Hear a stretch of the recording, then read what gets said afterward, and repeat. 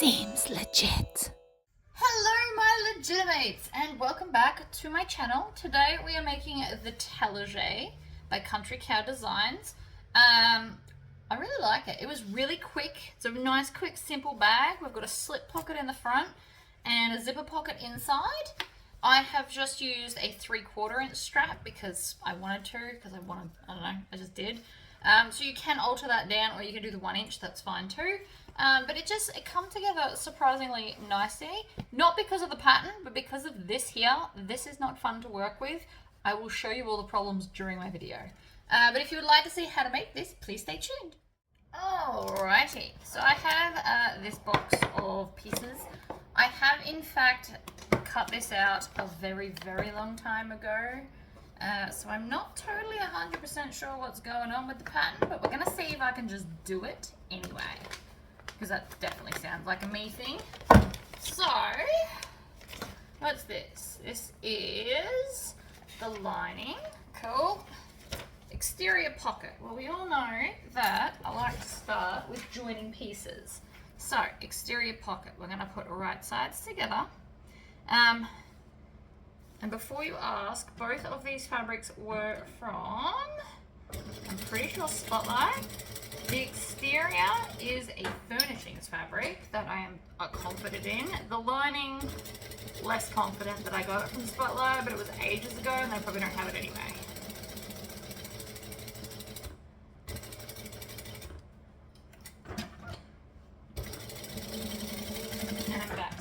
The problem with the exterior fabric is, I don't know if you can see, but it's getting all fluffy. The best way that I found to attempt to fix it is to singe it, but you also have to be careful you don't actually set the fabric on fire, which I have done in the past. It is a thing, please be careful.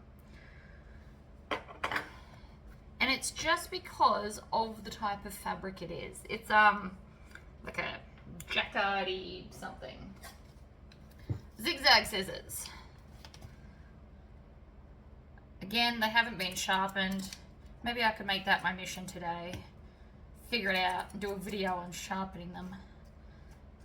My husband does all the flat scissors, which is easy enough. He's got a sharpening block, like an electric one. He doesn't like it when I mess with his power tools though, so we might not do those. But there's got to be a way for me to sharpen these. Although they're doing pretty well, it's just that end that's extra crappy. Then swipe all the rubbish into it. Now the reason I did that is because it's a curve and I want it to sit nicely when I flip it over. I always like to start kind of in the middle and then I'm just going to roll it back. I do remember when I saw this fabric and I was like, that would make a really pretty bag, because they had it in the remnant bin. I love a good remnant, just as much as the next one. You just want to, I'm rolling this in my fingers until it sits right on that edge. And I'm using my thumb to kind of push out that cornery bit there. And then we're going to top stitch it.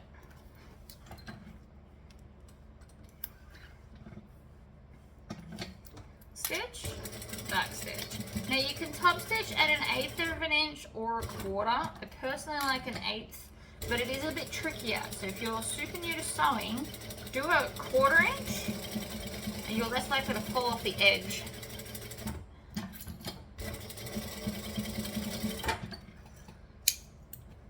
Fabulous. And yes, I did fussy cut this fabric to put the dream catcher right in the middle, because I love a good fussy cut, especially with a remnant piece. I feel less bad about wasting fabric, as bad as that sounds. Okay, what have we got? Exterior bottom panels. One exterior, one lining. Definitely got that sorted. I've just realized that the pieces have the, what are they called on them? Oh, so these are non-directional. That helps. So we're going to lay that down on top of that, I assume. but I'm just trying to find my top pieces, which have to be here somewhere. This bit, exterior top panel, here we go. So this is going to go on top of that, and then these are going to go up the top. This is a faux suede. Pretty sure this is also from Spotlight, but it is stretchy.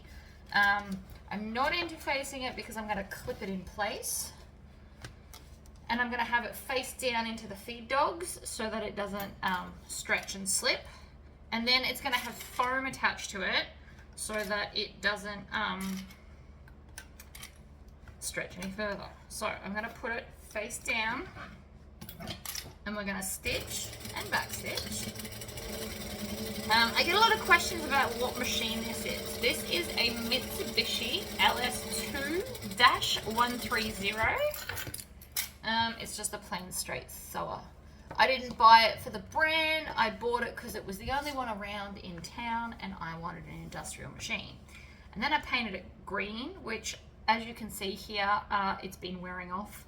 So I either need to repaint it, or, and I like this idea better, find a professional airbrush artist to decorate it, because I think that would be very cool. But we'll see. Alright, so we're stitching along, and I'm always having the stretchy stuff on the bottom so that it doesn't overstretch or outstretch, or whatever we want to call it. And then I'm going to top stitch on this part here. So I'm going to go up to a size 4. I want nice, long, pretty top stitching.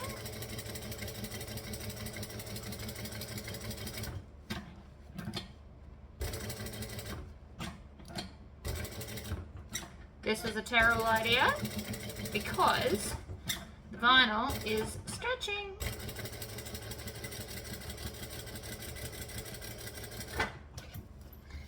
Oh no, I think I just wrecked it.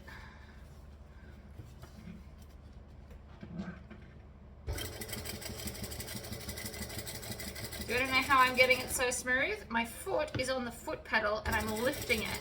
So it's barely touching it, therefore not stretching it. So I've lifted this up quite a lot so that it will glide underneath it. This is probably not the correct thing to do, but it is solving my problem. So,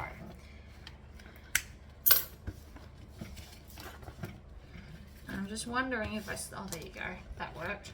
If I stretch it back the other way, it actually fixed it.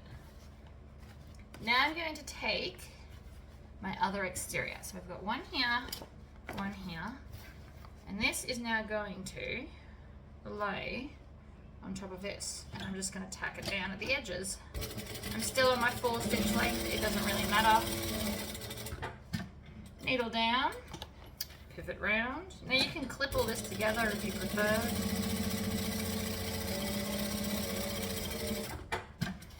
And then up the other side.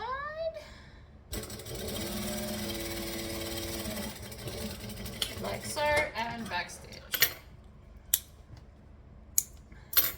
So now we've got a front slip pocket and we've got a solid back piece. I now need to go and iron our foam onto the back of these, and then I'll be right back. Right, so we are all ironed on lovely now. So let's switch to the lining. So we need our pocket and our pocket facing.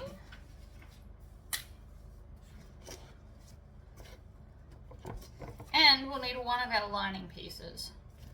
So I've literally just got this fabric everywhere. But it's fabulous and it's worth it. So, how big's this? And I'm just going to grab one of my templates to draw the rectangle because I'm lazy and it's easy. That's pretty much why I do it. It's why we have these things, to make our life easier. And I definitely feel like these do that for me. I mean, if you wanted to, you could make your own. If you can't afford acrylic templates, and I totally understand if you're a hobby sewer, you could make these, you print off like a template, because you can find them online. And then you can just laminate it twice, so do 2 layers of laminate, and then cut out the middle hole, and it would be very similar Obviously not identical, but pretty close. I feel like you would get away with that. So I'm going to just find the center because I know I'm going to need it later. And it's always easier to do it now. Oh, and I haven't picked a hardware color. That's just occurred to me. And I'm also going to fold this in half, match up those edges.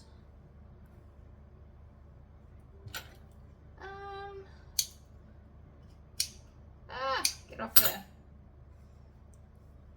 So I'm going to add in a zipper pocket. I'm going to put it about here. You can put yours wherever you like. And I'm going to go back to a 2.5 stitch length and I'm going to move that. Right, stitch, back stitch.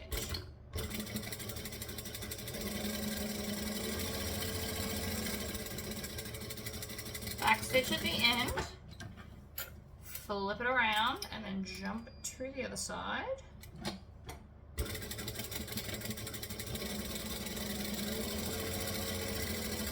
And then we're just going to stitch the other long line. So I don't stitch the short lines anymore because I just don't. I have found I get a better result by not doing those when we turn it through. Oh, and I'm going to have to iron this. So we are about to have to stop again. Sorry about that. Didn't really think that through either. I am also going to cut off these jump stitches at both ends. So I'm going to bend it over the table like this. Make a little cut. And then you want to cut kind of as best as in the middle that you can eyeball. If it's not 100% directly in the center, that's okay. But you just don't want to be like all the way to one side and not the other. Middle-ish is what I would officially call that. And you can rule it with a line if you want to, but middle-ish works just as well. Right, so up close, it's middle-ish. So now I'm going to go and iron this and push it through the hole and then iron it so it's flat so that we can install the zip. Alright, so we are all ironed down, all lovely. So now I'm going to take my zipper tape. As you can see, I went with, well, you would have seen it at the front, but I went with bronze because it's pretty. And I'm just going to stitch this to the edge of the fabric.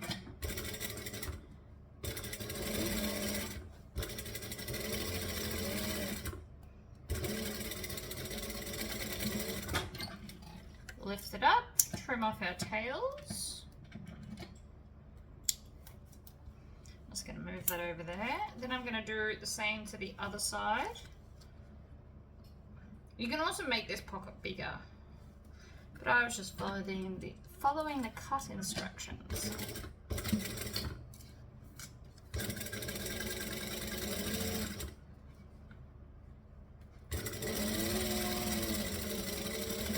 And then so we don't have a repeat of the other day, we also just want to make sure that I've actually stitched it on. Because the other day I missed a bit, and even though I could fix it, let's maybe not play that game. So I'm going to smooth it down so that it is flat, and that's how it'll go in. And then I'm just going to chop it here. Grab our zipper pull. I'm going with chunky. Chunkies are definitely my favorite, mainly because you can add a tassel, which I haven't made in a while, and I should really get onto that. But I have a plan, and I want to go and use my laser to put my logo on the tassel cap, which might be a video this week now that I think about it. Okay, so we're just going to put the zipper kind of a third of the way in from the end, and we're going to lay this down over the top.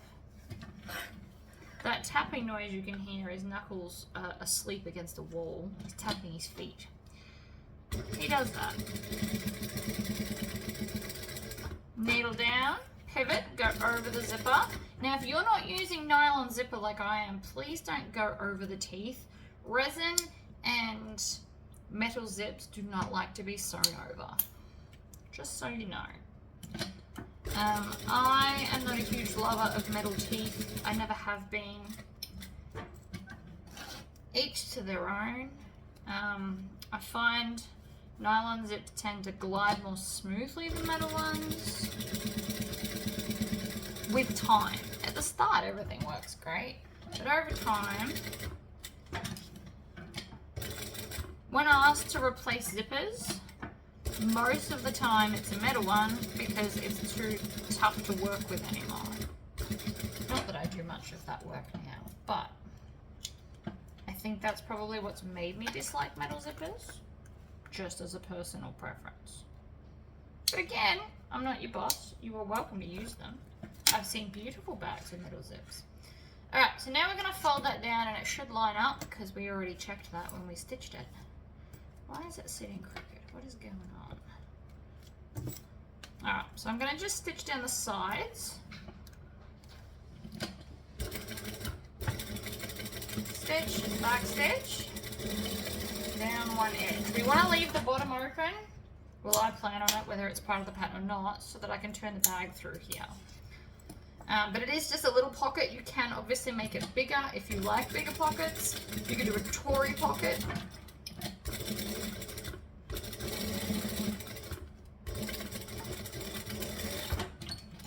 Right, and then always trim your tails so that we've got less mess to deal with later.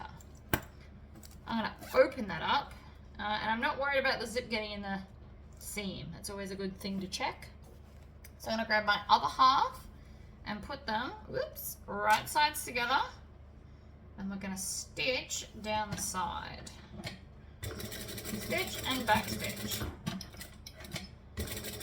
Now sometimes with thinner fabrics, like just happened to me, it doesn't want to go through once you back stitch because it gets too thick. You just have to give it a bit of a helping hand. I do know a few people that use a different machine with different weighted thread to do their linings, which could potentially work as well. You could sew all your linings on like my domestic, and then I could come back and build the bag over here.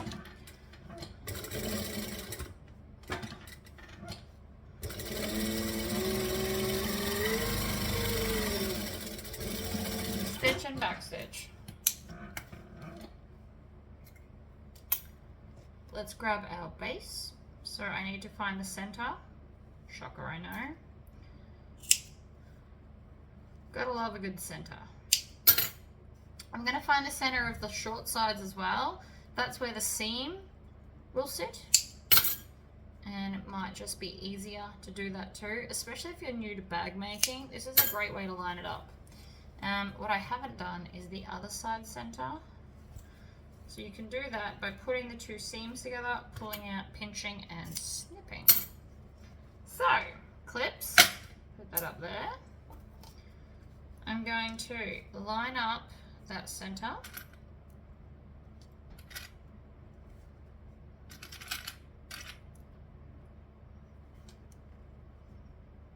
And I'm making the clips face the base piece. And we can probably clip the other side as well.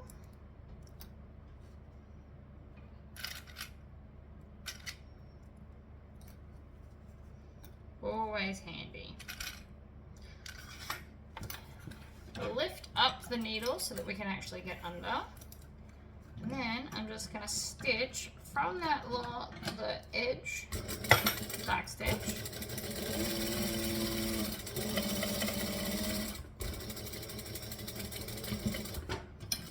Lift out. We're going to back stitch. I didn't say that out loud, said it in my head. Flip it over, let's do the other long side. Now this should go relatively easy on the lining. Our exterior will be a little bit more, not necessarily tricky, but fight you a bit more. So now we're just going to grab this edge and line it up so that this seam is in line with the center. And again, clips to the lining. Do the other side. Clips to the lining. And off we go.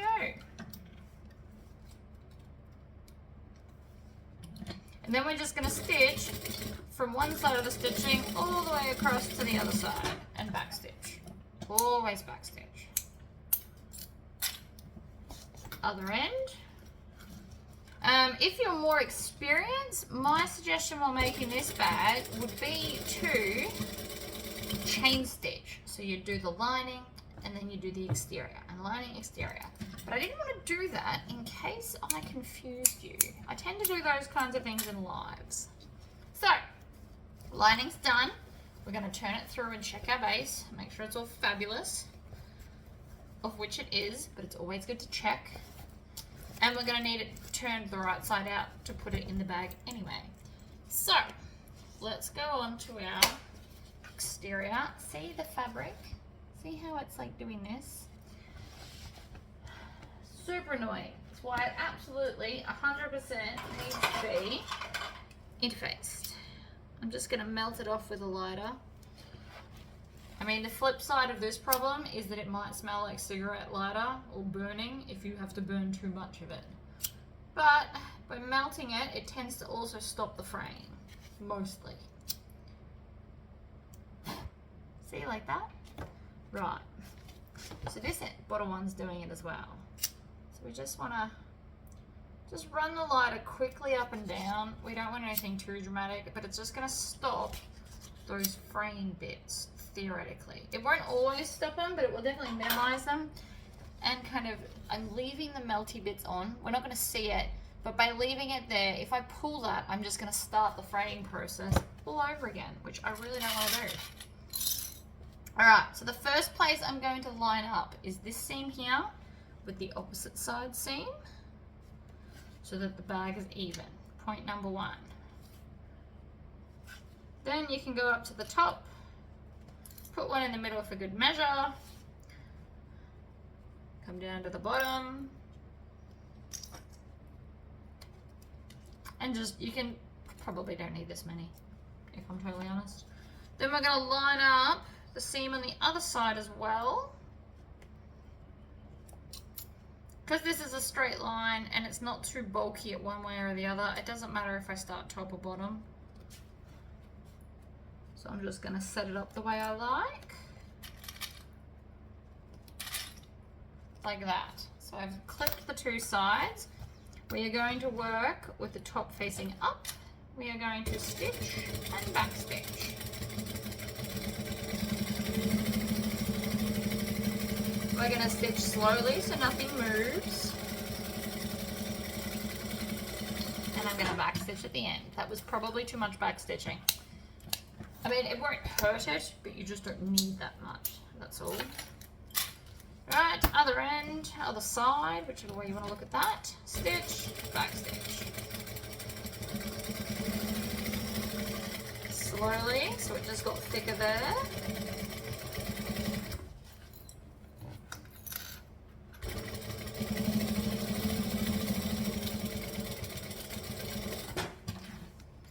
And then I'm going to grab some scissors and I'm going to trim off pretty much all of this.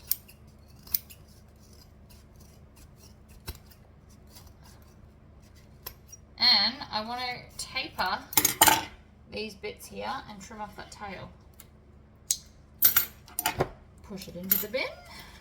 This is why I've always got a bin handy. I make such a mess if there's no bin near me. So even if you want to, you can just trim the top and the bottom edge. And now we have this. Before we go any further, we need to grab our rectangle or square ring strap connector parts. I have decided to go with 3/4 inch square rings. My website now does have 3/4 inch rectangle rings as well. For anyone that has not yet seen that, I now offer the two types in 20 mil because they're pretty. And I've interfaced this because it's that weird stretchy stuff. And I don't actually want it stretching and or tearing. So I've interfaced it with a medium woven. Just to make sure that it's going to behave itself. And then I'm just going to fold both edges into the center. This should stick really well, actually, so long as you ironed it really well. And I ironed it from the back. Now, if you want to, you don't even need to stitch them, because I can put a rivet here, or you can just tuck them further into the bag. Both options are totally fine. You can stitch it. I usually do. Let's do something different today because, you know, why not? If you just watch me do the same thing constantly, we'll never learn anything. So I will be putting a rivet, but I will not be putting it yet. Is that how that goes? So if I put a rivet here, it won't be able to shift. It's strong because it's got the interfacing. Happy days. So we're going to grab our exterior and the top, and then we're going to measure in from each of these sides. I'm going to put mine on this side here and then over here. So you need to do it opposite. And you can choose just how far out, whichever way you want to look at that, you want to go. I'm going to put mine right there, and I am going to attach it with 2 clips.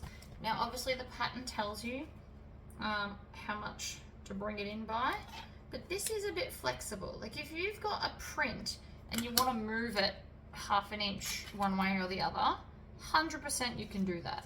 You could also, if you wanted to, add it to the seam at the very, very side. If you do that, please make sure your machine will handle it if you're going to. All right, that's clipped on. Let's put on our base. So the base I have put foam because, you know, we love foam. I love foam. So we're going to do that same thing where we find the center and clip it, and center and clip it, and short, center and clip it. It's just quicker to line up if you know exactly where the halfway point is. Open this out, put the seams together, pull out, that's the center point there, clip it. Other side, same thing, clip. So now we've got our center points. We're just going to put this in so right sides are together, and we're going to clip it.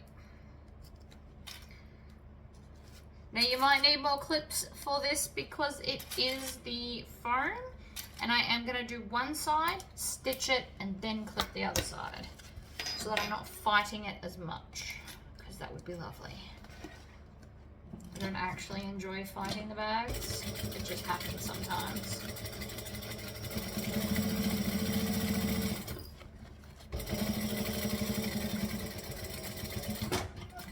I also am still on my first bobbin.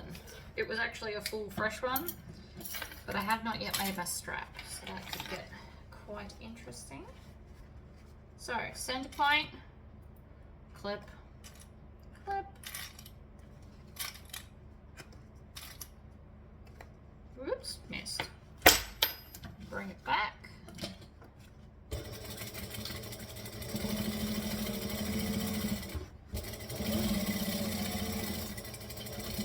Back stitch, and then we just got the little short sides. Now because I am a more advanced sewer, I am actually just going to hold it in place and stitch it down, but of course you can use clips.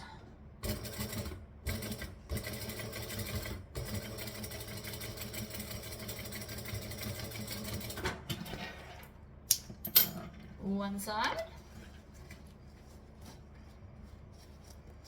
Pull it out, squish. You can even do it from the top, although it does become a little more tricky. But it can be done if you need to. But otherwise, we clip it. Clips just stop it moving while you try and get it under the needle. And as you saw, the lining, oh stop it. The lining is always much easier because it's less bulky.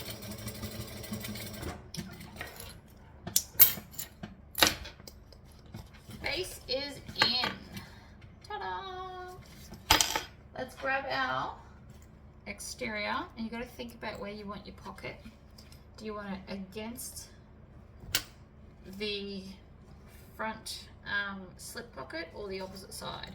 I'm going to do mine the opposite side. So I'm just going to shove that in, and the first thing I'm going to do is line up the side seams. And I'm going to make all my clips face the lining.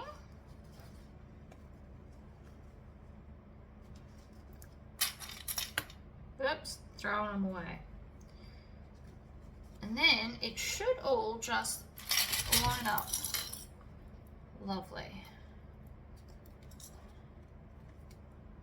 You can add as many or as few clips as you like that.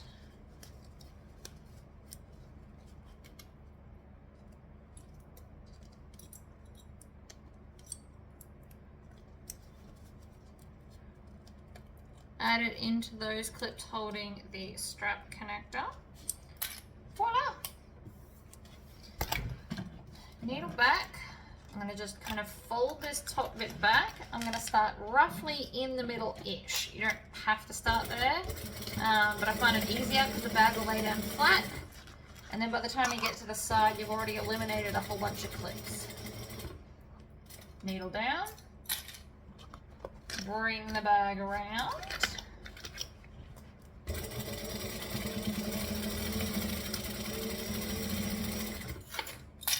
Needle down.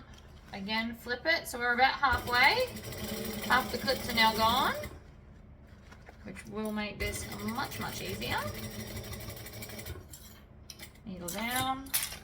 And then this last kind of side, you can just keep making the bag flat in the area that you are sewing. And then back stitch when you get back to the start. And I just ran out of bobbin. Played bobbin roulette and definitely won. Now, I'll do another bobbin. We're not going to turn the bag through yet. Right, so the bobbin's done. So now where our strap connectors are, I'm just going to go back to there and we're going to go forward and then diagonally back and then forward. And we're going to do this like zigzaggy pattern. And what this is going to do, and I can show you from here, is it's going to give us more stitches to hold on, because this section here is what's going to hold on to the whole weight of the bag, and you obviously want to have it firm. So I'm starting just off, and then I'm sewing over it, and then just past, and then diagonally back and forward. So that now there is 4 layers of stitching holding on to the bag, not just the one, even though my thread is quite strong. Alright, so we're going to turn it through this pocket. So I'm just going to put my hand in and come down to the bottom and grab a corner and push, and as always, we make it a poppet. Could even put some googly eyes on. If I had some, I would, just to be amusing. So I'm just kind of twisting it like this inside with my arm to help to turn it through. Alright, so there's the corner. So now, wow, corner-ish.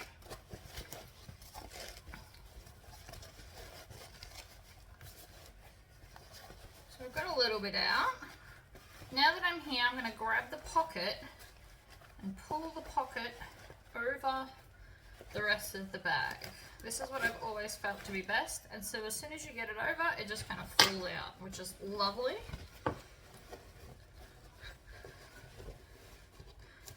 Poke a corner, poke the other corner, corner, corner, and then we're just going to take the zipper pocket and I'm going to tuck under the raw edges and stitch down. Oh.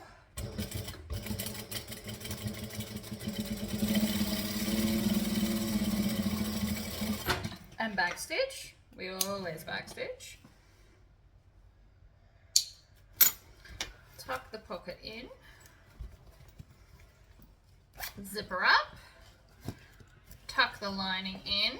Now normally I would like to stitch this with the lining to the outside, but because this is the type of fabric it is, I actually think I might have better luck stitching it with the lining or the exterior on the bottom.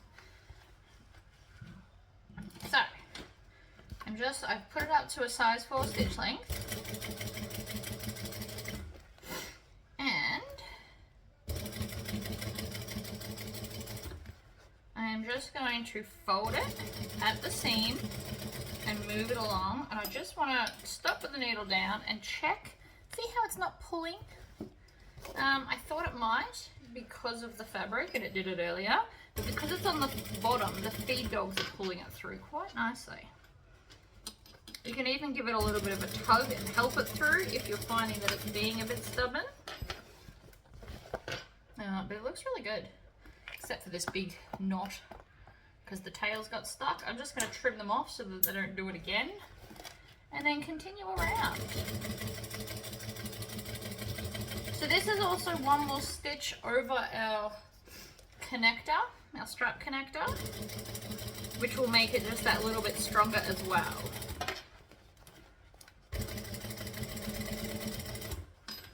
And then when we get back to the start, I'm going to go 2 stitches and back and forward, and that locks it in. Look at that, how cute is that? So now we've got the strap. And this strap is going to give me grief, I can already tell. It is the faux suede. See how it's stretchy? It's like really stretchy. However, nothing defeats me, and I did decide I will do this on camera.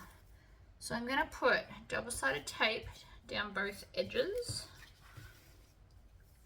So we're going to do a strap that we fold, double fold.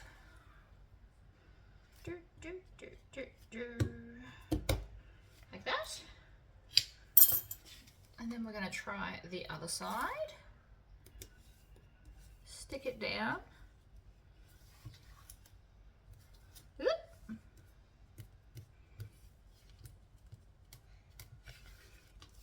And to there.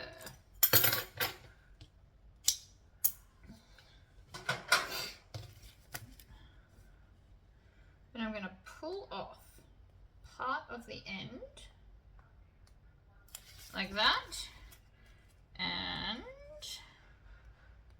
this end as well, if it'll come on, there we go, and then bring it together, and then put it down with a gap in between, just a little one. You just need a little gap. It's going to be easier when we stitch it together.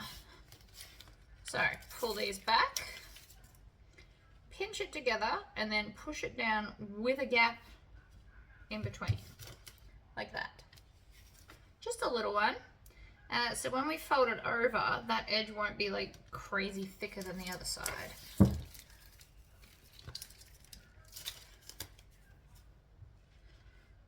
Over, squish, over, squish. Now if this is a bit too tricky for your hands and or brain, that's totally okay. I've just done this a lot. What you can do is draw a line in the middle and then just bring it up to each side of the line.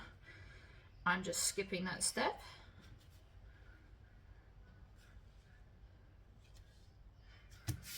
Right, and we're going to fold it in half.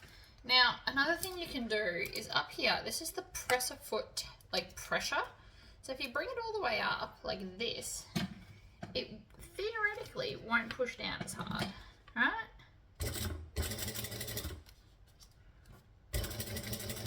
See that? It's not really doing it as much now. So you just take the pressure all the way off.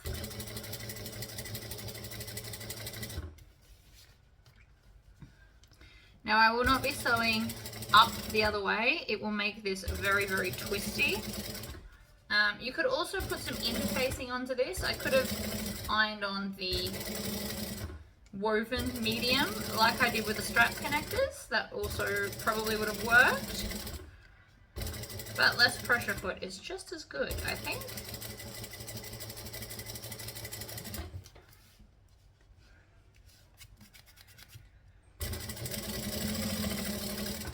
You can also, if you need to, pull it from the back. Help guide it through. You've got options, right? Just because the fabric is stubborn, like I won't be rushing out to buy more of this, but on the flip side of that, it does look nice, and it's not impossible to do. It just takes some extra effort to what I'm normally used to. It's not impossible. Less foot pressure.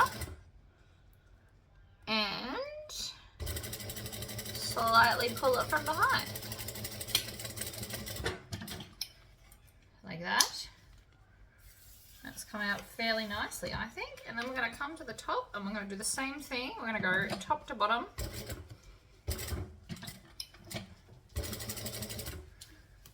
Now this is going to have more presser foot.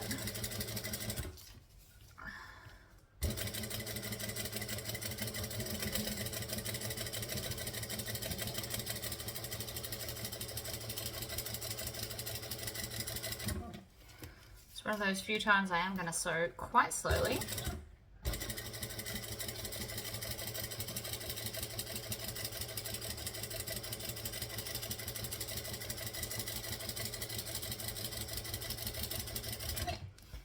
Grab it again.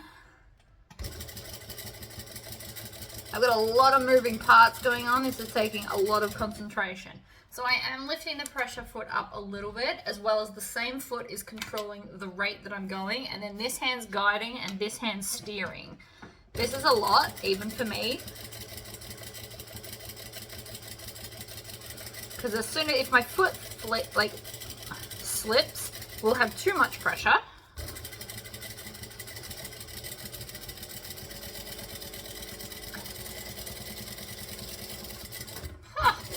But we got there. Oh no. No, we did not. Because the back, look at that. That did not work at all. Right. So that's all right. What we do is we can just pull on the bobbin and it just unthreads itself.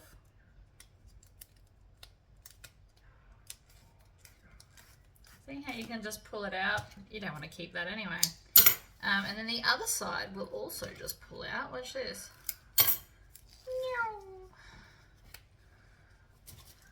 Unfortunately, I don't have any more of this. So if I can't make this work, we're going to have a completely unrelated strap, which is something I don't really want to do.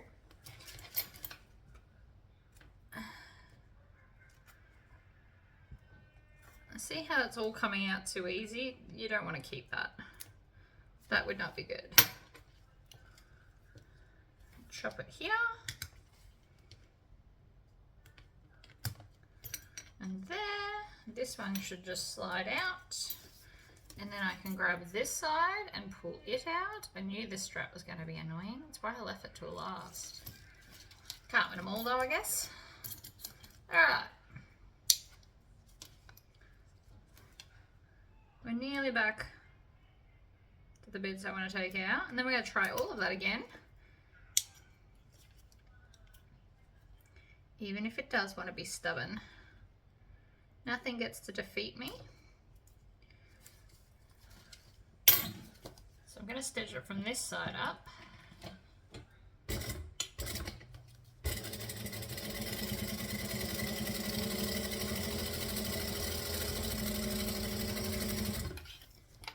Oh yeah, it's working now.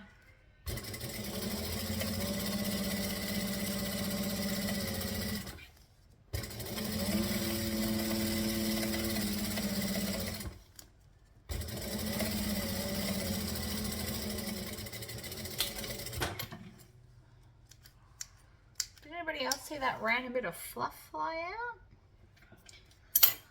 Alright, that's actually better. Maybe I just shouldn't have overthought it too much, because that's worked fine. Alright, we're going to cut off all our tails. That's the first thing we're going to do. Right, so we're going to take our bag.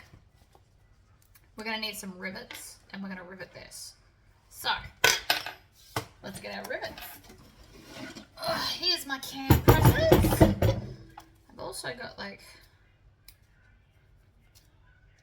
so I have this, see this? We can fix this. Watch this. Ready? So I'm doing circles like this in opposite directions. That's already better. You just keep doing that, and what it's doing is it's kind of massaging it to be not pinched. Ta-da! No, I'm not even holding it. There are solutions to all of our problems. Some of them I just don't know. Mom. So Jesse had to come home sick from school today. I think he threw up and now feels fine. But just to be safe, and because he threw up, he has to go home anyway. So he will also be home tomorrow. Lucky for me, I have done tomorrow's video yesterday. That seems counterintuitive, but that's what I've done. So I've punched my holes to hold my square rings where I want them to. I always like to hang this off the edge of the table. I personally find it way, way easier. That's just me. One day I will be like permanently attaching them to like a bench or something, and this is what we're gonna have, and it's gonna be amazing. You just walk up and go choink, and I won't have to worry about it potentially falling. So I'm gonna sit it there, and the 3 holes are so you can actually like clamp it down. I'm very excited for the day that that happens, but that is not today. So we're gonna go up and down through our strap adjuster. So we want to attach it to the middle. So again, we're going to grab this one. I'm getting all tangled now. So hole punch, check. Trim off that weird tail, check. Strap in. Oh, not strap in. Oh my gosh. Okay, so now to do this bit, we're going to grab the bag and I'm going to make it face you. So we're going to go up and in, making sure that this bit's up, the jointy part. Lay that on top, make sure there's no twists. Then we're going to go up one side, down the other side, like that. And also, before I rivet this, see how I've just got some little ends? We're just gonna cinch them down so they are also out of the way, like that. And then making sure that this is not twisted, we're going to come and go in and up like that. So, and then before you attach anything, please make sure just one more time that nothing's twisted, because I have done that several times in my life. And I'm making a point to try not to do it again, because while I can remove rivets, it is super annoying to do so, and I don't really want to. And we pop that on there, squish it down, and the bag is now done. Super cute. Oh, hold on, you can't really see it from that angle now, can you? Whoop. I don't know, I like it. This is not fun to work with, but the finished result is really pretty. So I would still say worth it. And that's like a super fun, quick little bag to make. I hope that was a fun tutorial, and I will see you guys for the next one. Bye-bye.